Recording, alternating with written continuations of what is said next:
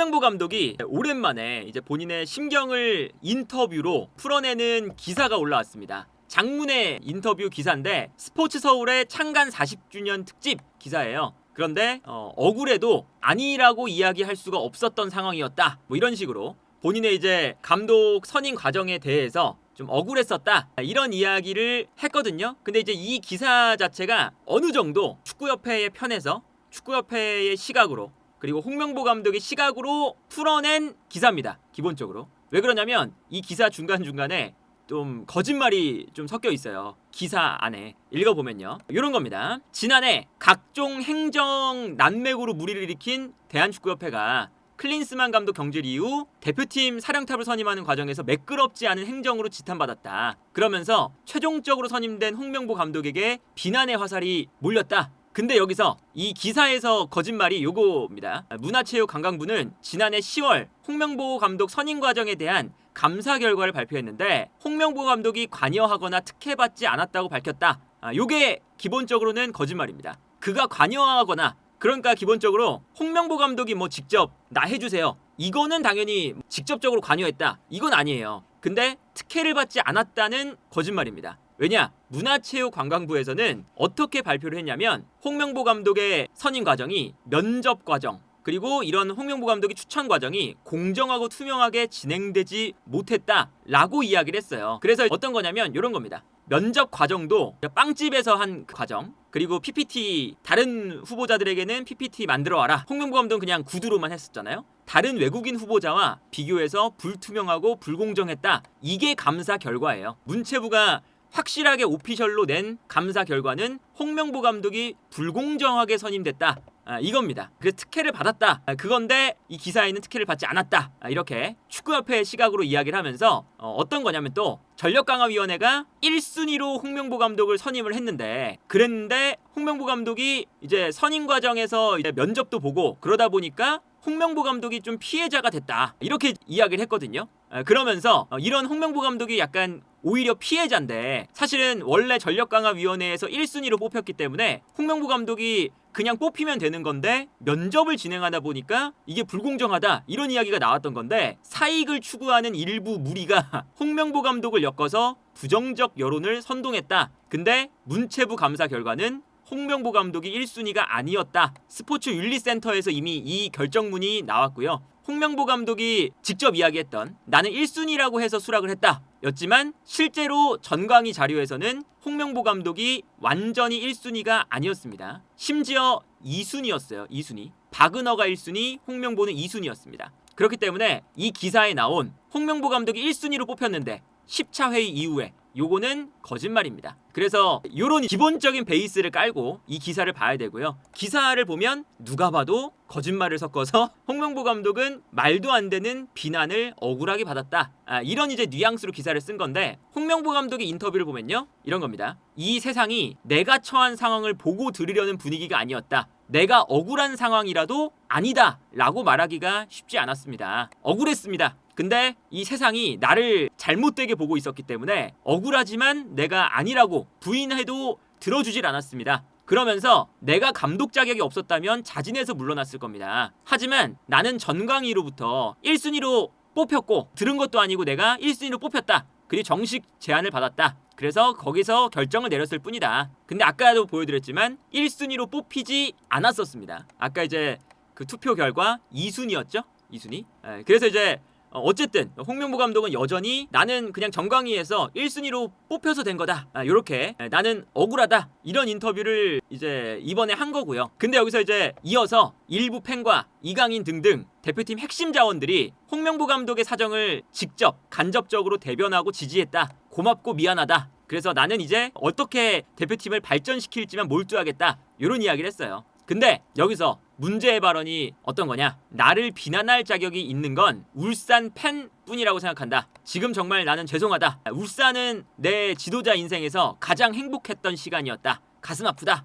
이런 이야기를 했는데 나를 비난할 자격이 있는 건 울산 팬뿐이다. 요것 자체가 사실은 늘 이 홍명보 감독이 뭔가 이야기할 때 약간 그 팬들을 본인이 막 이제 뭘 정해주거나 울산 팬만 날 비난해라 해라. 다른 팬들은 그럴 자격 없다. 뭐 이런 얘기로 들리는 발언이죠. 그러니까 이게 참 뭔가 아주 오만한 발언이라고 볼 수 있고요. 기본적으로 국가대표팀 감독이 됐고, 그리고 그 국가대표팀을 응원하는 팬들이 국가대표팀 감독이면 국가대표팀 팬들이 홍명보 감독에 대해서 비판을 할 수가 있는 거잖아요. 근데 나를 비난할 수 있는 자격은 울산 팬만 있다. 본인은 지금 국가대표팀 감독이라는 것을 잊으면 안 되고, 그리고 당연히 한 팀의 감독을 하는데, 특히나 국가를 대표하는 팀의 감독을 하는데 여러 평가가 당연히 나올 수밖에 없는 건데, 과도한 비난이면은 모르겠지만 정당한 비판, 본인에 대한 이제 이런 여러 가지 기본적으로 선임 과정에 대한 비판은 본인이 감수하면서 이 감독직을 수락을 한 거기 때문에 그 비판을 나는 억울하다, 나는 울산 팬들은 날 비판할 줄 몰라도 다른 사람들은 비판하면 안 된다, 이런 식으로 대처를 하면 당연히 프로로서의 자격이 이거는 없는 발언이다.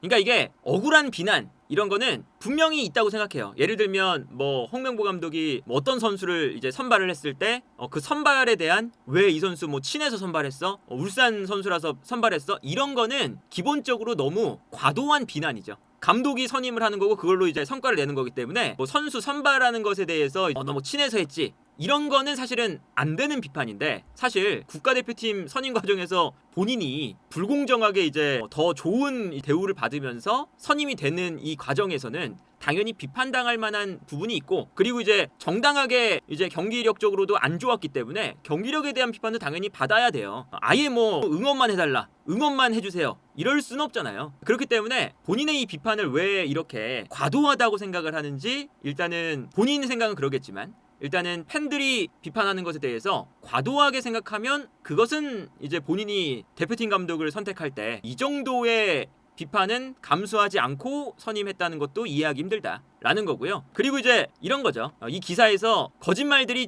좀 많아요. 예를 들면 연령별부터 A 대표팀 사령탑을 경험하고 당시 울산의 K리그 2연패를 이끈 홍 감독이 1순위로 평가받는 건 자연스러운 현상이었다. 자연스러운 현상이 아니었죠. 기본적으로 그 이제 명단에 있었던 감독들 분명히 국제적으로 홍명보 감독보다 더 높은 평가를 받는 감독이고, 그렇기 때문에 K리그에서 우승을 했다 하더라도 그게 홍명보 감독의 선임 1순위다 라고 평가받을 수 있는 요소는 절대 아니었습니다. 그렇기 때문에 이거는 사실은 기사 자체가 애초에 좀 너무 축구협회의 시각에서 하는 이야기라고 볼 수가 있겠고요. 그리고 여기서 굳이 하지 않아야 되는 이야기 뭐가 있냐, 팔레스타인전 이후 오만 원정에서 나는 그 두 번째 경기였죠. 본인의 선수들이 누구랑 어울리고 식사하는지 관찰을 했는데 팀이 갈라져 있음을 직감했다. 그래서 그때부터 나는 새로운 젊은 선수를 쓰자고 결심을 했다, 이런 또 이야기를 했어요. 이런 이야기를 또 하면 아무래도 이때는 누가 선수들이 있었고 그 다음부터 누가 선수가 안 뽑혔고 이런 것에 대한 여러 가지 또 잡음이 생길 만한 이야기인데, 저런 이야기를 하면서 내가 분해열되어 있던 팀을 하나로 만들었다, 이런 인터뷰도 했다. 그래서 물론 이제 홍명보 감독이 국가대표팀 3차 예선에서 월드컵을 보낸 것은 사실이죠. 그리고 무패로 보냈다. 이것도 당연히 본인들 입장에서는 박수 받을 만한 성과라고 이제 이야기를 할 수 있는데, 이게 기본적으로 리그전이라는 것을 생각하면 좋은 성과가 아니에요. 이게 이제 왜 당연히 축구협회에서 알 텐데 왜 그런지는 모르겠는데 10경기에서 6승 4무잖아요. 리그전에서 무승부가 이렇게 많다는 건 기본적으로 매우 좋지 않은 겁니다. 특히나 리그에서 1위를 노리는 최강팀 입장에서는 무승부가 저렇게 많다는 건 기본적으로 좋지 않아요. 근데 이제 우리 무패잖아. 그러니까 이제 우리는 잘했어 이러면서 홍명보 감독 잘했는데 왜 비판하냐, 이런 식으로 이제 포장도 좀 하고 이런 식으로 이제 기사도 나오는데, 어떤 거냐면 예를 들어 세리아의 지난 시즌 경질됐던 감독이 있습니다. 유벤투스의 모타 감독. 모타 감독이 경질될 때 29라운드에 경질이 됐거든요. 29라운드에 모타 감독은 리그 내에서 최소 패배 팀이었어요. 근데 유벤투스는 우승을 노리는 팀이잖아요. 근데 최소 패배 팀인데 왜 경질을 당했냐? 이 팀이 어떤 상황이었냐면 13승 13무 3패였습니다. 무승부가 엄청 많았죠. 기본적으로 리그전은 한 경기 승리가 3점이고 무승부가 1점이잖아요. 그래서 최소 패배 팀이었는데 경질을 당했어요. 그래서 특히나 우리가 이번에 아시아 최종 예선 3차 예선이 역대 가장 쉬웠던 3차 예선이에요. 당연히 원래 2개의 조로 나뉘던 조가 3개의 조가 됐고, 그러면서 우리가 비교적 강팀들은 덜 만나고 약팀들은 많이 만나는, 그리고 그 조에서도 가장 쉬운 조에 배정이 됐었는데 우리가 거기서 최강팀인데 6승 4무 무승부가 엄청 많았다. 그래서 최종전에 와서야 우리가 월드컵을 확정지었다 라는 거거든요. 승점 관리가 제대로 안 돼서. 그렇기 때문에 이거는 좋지 않은 3차 예선을 한 건데 이거를 또 좋게 포장을 해서 좋은 성과였는데 왜 비판을 하냐, 이런 식으로 가면 사실은 이거는 본인들이 어느 정도 이 피드백을 해야 더 발전할 수 있는 여지를 만들 수 있는데 아주 좋았다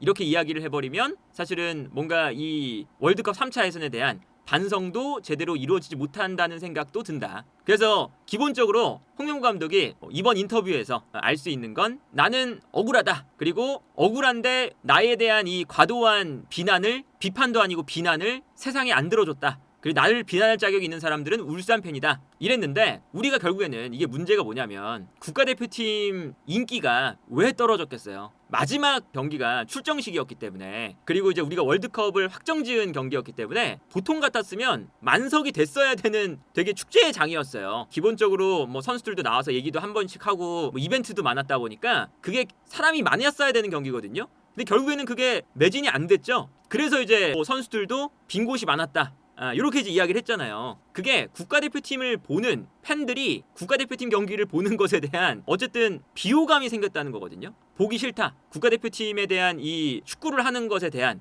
어쨌든 즐기러 가는 건데 편안하게 즐길 수 없다. 그런 건데 세상이 나를 억지로 비난한다. 울산 팬들만 나를 비난해라. 뭐 이런 식으로 간다면 국가대표팀 감독으로서는 국가대표팀을 사랑하고 응원하는 그런 팬들에게도 어쨌든 뭔가 비판을 당연히 받아야 되고, 감독으로서 그 이제 팀을 맡았다면 국가대표팀을 응원하고 비판하는 사람들의 소리도 들을 줄 알아야 된다.